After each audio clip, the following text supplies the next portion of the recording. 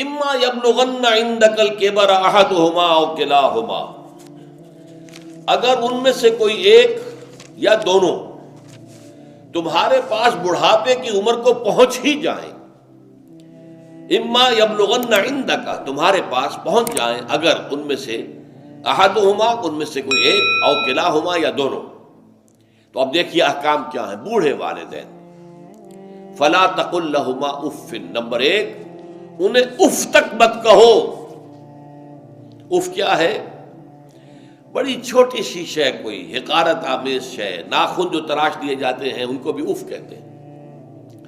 اتنی سی چھوٹی بات بھی ان سے نہ کہو کہ ان کی گستاخی جو ہے اس درجے میں ہو رہی ہو، جیسے کہ یہ تراشے ہوئے ناخن ہے، اس درجے میں بھی کوئی گستاخی ان کے سامنے نہ کرو۔ فلا تقل لہما اف، اف ہے آپ پر، ہمارے ہاں یہ لفظ اف زیادہ استعمال نہیں ہوتا، تف استعمال، تف ہے تم پر، تف ہے آپ پر، نہیں، ہرگز نہیں۔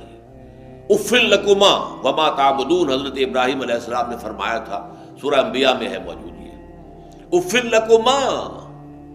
سورہ احقاف میں جو سرکش اولاد ہوتی ہے ان کے بارے میں کہا گیا وہ اپنے والدین کو اف لکما، آپ پر تف ہو، نہیں، لیکن یہاں جو حکم ہے فلا تقل لہما اف، انہیں اف تک نہ کہو۔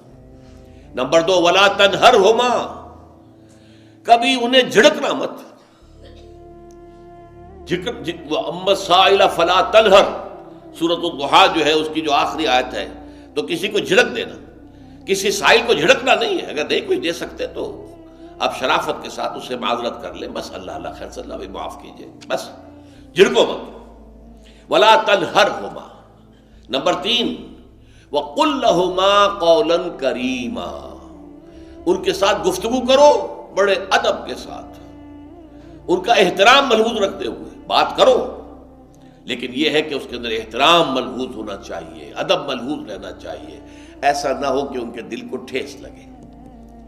یہی ہے وہ جو بچہ سا تھا ہماری گود میں کھیلتا تھا، اس کی نجاستیں ہم صاف کرتے تھے، اس کو دودھ ہم پلاتے تھے، اس کو چلنا ہم نے انگلی پکڑ پکڑ کر، آج کل تو خیر اور بہت سی چیزیں ایجاد ہو گئی ہیں، واکرز ہیں اور کیا کیا ہے، لیکن پہلے کیا ہوتا تھا، والدین ہی انگلی پکڑ کر چلایا کرتے تھے اور چلانا سکھاتے تھے۔ آج یہ سینہ تان کر بات کر رہا ہے ہم سے، آج یہ اس طریقے سے جو ہے گستاخانہ انداز اس نے ہمارے سامنے اختیار کیا ہے، وہ دل کو ٹھیس لگے گی۔ میں نے اس سے پہلے بھی ایک مرتبہ آپ کو بتایا تھا کہ صرف دو چیزیں ایسی ہیں جن کو محبت اور تعظیم کے انداز میں دیکھنا بھی عبادت ہے، محض دیکھنا اور کچھ نہیں کر رہا۔ ایک خانہ کعبہ، محبت بھرے انداز میں آپ بیٹھے ہوئے ہیں، صرف نہ آپ طواف کر رہے ہیں، طواف کریں گے تو اور ثواب ہوگا، آپ بیٹھے ہیں صرف اور دیکھ رہے ہیں، اور اس کے اندر احترام ہے، تعظیم ہے۔ اللہم زد بیتک ھذا تشریفا و تکریما و تعظیما۔ آج کل جو لوگ، اب تو خیر ٹھیک ہے بات وہاں سے آگے نکل گئی ہے، مینا میں پہنچ گئے ہوں گے لوگ، کل تو حج ہو جائے گا انشاءاللہ، لیکن جو حاجی بھی یہ دعا مسنون ہے کہ جب بھی وہ مسجد حرام کے اندر داخل ہوتا ہے اور پہلی مرتبہ نگاہ پڑتی ہے خانہ کعبہ پر، تو فوراً اللہم رب ھذہ البیت زد بیتک ھذا تشریفا و تکریما و تعظیما، اے اللہ اپنے اس گھر کو، اس کی عزت، اس کی تکریم، اس کی تعظیم، اس کے اندر اور اضافہ کرتا چلا جائے۔ تو یہ انسان اگر صرف خانہ کعبہ کو بیٹھ کر دیکھتا رہے تب بھی عبادت ہے، ثواب ہے۔ اور اسی طرح بوڑھے والدین کو محبت بھری نگاہ سے دیکھنا، یہ بھی موجب ثواب ہے، کہ دل جو ہے ان کو کہیں کوئی آئینہ قلب جو ہے ان کے احساسات کو ٹھیس نہ پہنچے، اس کا لحاظ رکھنا۔ اما یبلغن عندک الکبر احدہما او کلاہما فلا تقل لہما اف ولا تنہرہما وقل لہما قولا کریما واخفض لہما جناح الذل من الرحمہ، اور ان دونوں کے سامنے اپنے کندھوں کو شفقت کے ساتھ، ادب کے ساتھ جھکا کر رکھو۔ یہ جو ابھی میں نے چند الفاظ کہے تھے کہ سینہ تان کر بات کرنا، یہ ایک انداز ہوتا ہے بات کرنے کا۔ ایک یہ ہے کہ آپ بات کر رہے ہیں والدین سے، والدہ سے، والد سے، لیکن جھکے ہوئے، کندھے جھکائے ہوئے۔ اب یہ بھی دو ہی باتیں ہیں یا والدین کے سامنے کندھے جھکانے ہیں، یا پھر حضور سے کہا گیا ہے اے نبی آپ اہل ایمان کے لیے وخفض جناحک للمؤمنین، یہ مومن جو ایمان لائے ہیں ہمارے نیک بندے ہم پر، چاہے وہ غریب ہیں، فقیر ہیں، چاہے وہ غلام ہیں، مسکین ہیں، آپ اپنے کندھے ان کے سامنے جھکائیے۔ یہ بہت بڑی بات ہے جو کہی گئی ہے محمد الرسول اللہ صلی اللہ علیہ وسلم سے۔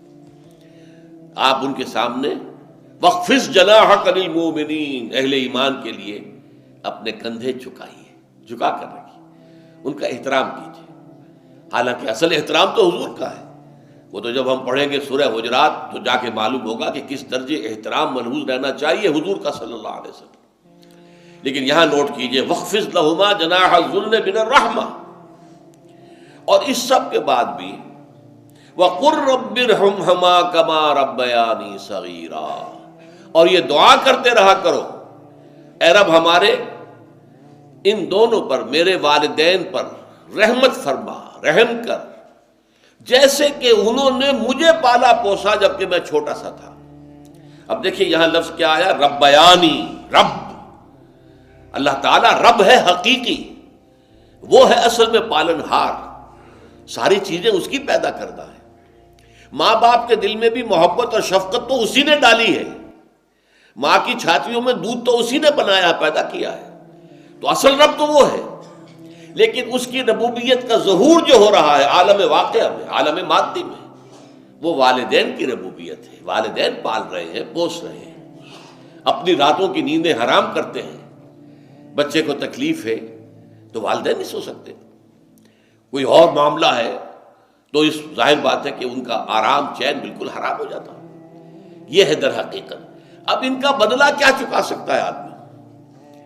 میں نے بار عرض کیا ہے کہ شکر جو ہے وہ شکر کا تقاضا یہ ہے کہ انسان حق ادا کرنے کی کوشش کرے۔ حل جزاء الاحسان الا الاحسان، کسی نے آپ کے ساتھ بھلائی کی ہے تو آپ کو بھی اس کے ساتھ بھلائی کرنی چاہیے۔ لیکن والدین نے جو بھلائی تمہارے ساتھ کی ہے تم اس کا بدلہ کیا دے سکتے ہو؟ اگر تم نے ان کے بڑھاپے میں خبر گیری کر بھی لی تب بھی وہ بدلہ نہیں ہو سکتا کہ جو انہوں نے تمہارے وجود میں آنے اور تمہارے لیے جو مشقتیں جھیلی ہیں، جو ایثار کیا ہے، جو قربانیاں دی ہیں تمہیں پالنے پوسنے کے لیے، اس کا بدلہ نہیں ہو سکتا۔ اس کا بدلہ ایک ہی ہے، اور وہ کیا ہے؟ اللہ سے دعا کیا کرو وَقُلْ رَبِّ ارْحَمْهُمَا كَمَا رَبَّيَانِي صَغِيرًا، پروردگار ان دونوں پر رحم فرما، رحمت نازل فرما، ان کی مغفرت فرما، ان کے درجات بلند کر، ان کی غلطیوں سے درگزر فرما، ان کے گناہوں کو بخش دے، ان کی غلطیوں سے چشم پوشی اختیار فرما پروردگار۔